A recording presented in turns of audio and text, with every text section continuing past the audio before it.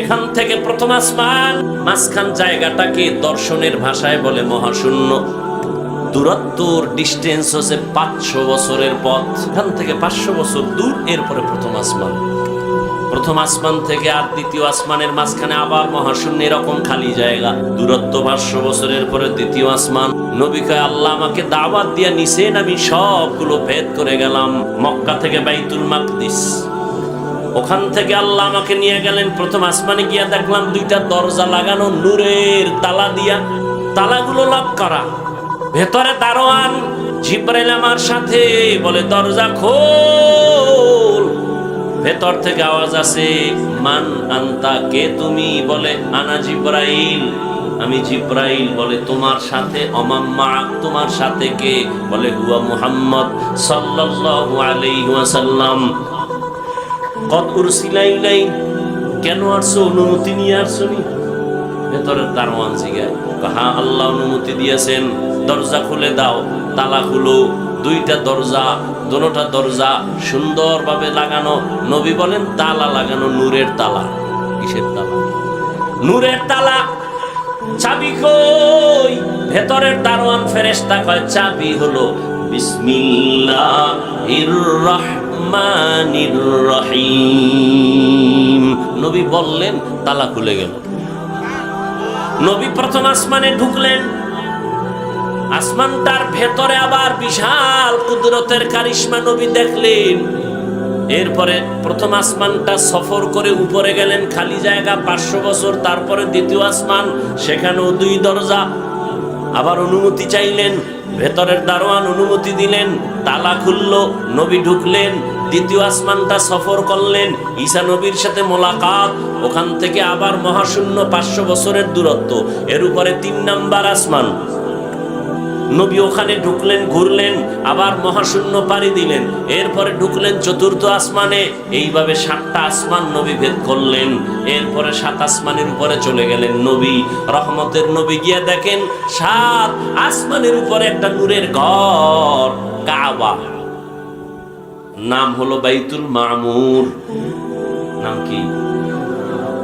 নবী দেখলেন ওই বাইতুল মামুরে। আর পিতা ইব্রাহিম আলাইহিস সালাম ট্যাগ লাগায় বসে আছেন। 70,000 ফেরেশতার কাফেলারা তাওয়াফ করে। একবার যারা চান্স পেয়েছে, কিয়ামতের আগে আর সুযোগ তারা পাবে না, এত বেশি ফেরেশতাদের সিরিয়াল। নবী বলেন, এর উপরে গেলাম, গিয়া দেখলাম বিশাল একটা বড়ই গাছ, সিদরাতুল মুনতাহা। এত বিশাল বড় বড়ই গাছ, গাছের পাতাগুলো হলো কালকে লাল, হাতির কানের মতো বড় বড়। আর ওই গাছের বড়ইগুলো, তেলের ড্রাম আছে আমগো দেশে, তেলের ড্রাম বড় বড়। বলে এক একটা বড়ই, কুল বড়ই, ওগুলো হলো তেলের ড্রামের মতো বড়। নবী বলেন, এখানে তো আমি বৈশা রয়েছি, যাইয়া জিব্রাইলের দৌড় বা এখানে সফর শেষ।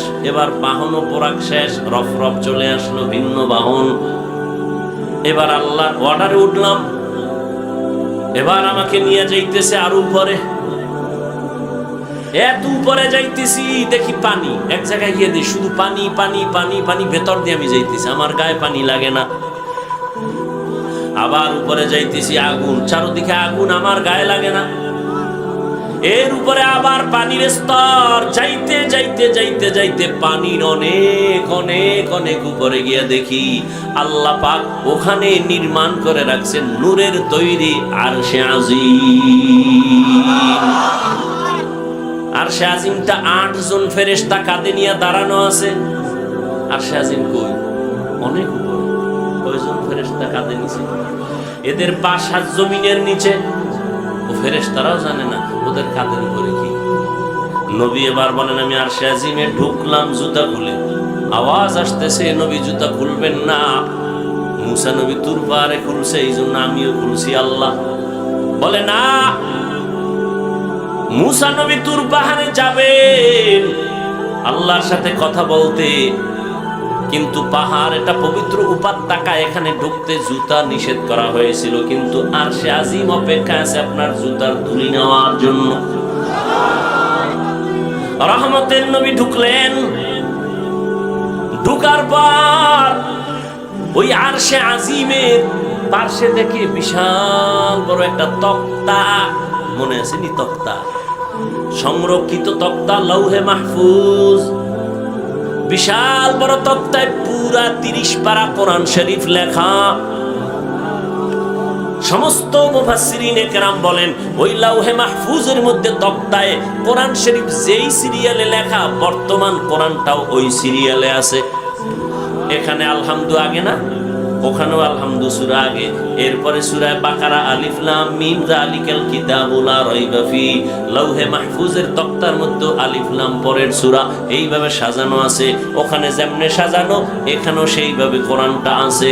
আল্লাহর নবী বলেন আরশে আজিমে ঢুকলাম, এখান থেকে আরো অনেক উপরে, আরো অনেক উপরে হলো আল্লাহ পাকের কুদরতের কুরসি। ওয়াসিআ কুরসিয়ুহুস সামাওয়াতি ওয়াল আরদ, কুরসিটা এত বড়, আসমান জমিন তার পেটের ভেতরে ঢুকানো।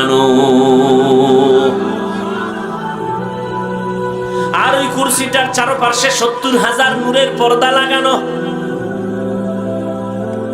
আল্লাহ আমারে খুব কাছে নিয়ে গেছেন। কথা এদিকে বলার উদ্দেশ্য না, ওই যে কোরআন, ওই কোরআন, ওই কোরআন, বলে কই কোরআন, কত দূরের, ওই লাউহে মাহফুজের কোরআন, দূরে না কাছে? কথা বলেন না, দূরে। এদিকে ইশারা করার জন্য আল্লাহ হাদাল কোরআন না বলে বললেন যালিকাল কিতাবু লা রাইবা ফি হুদাল লিল মুত্তাকিন।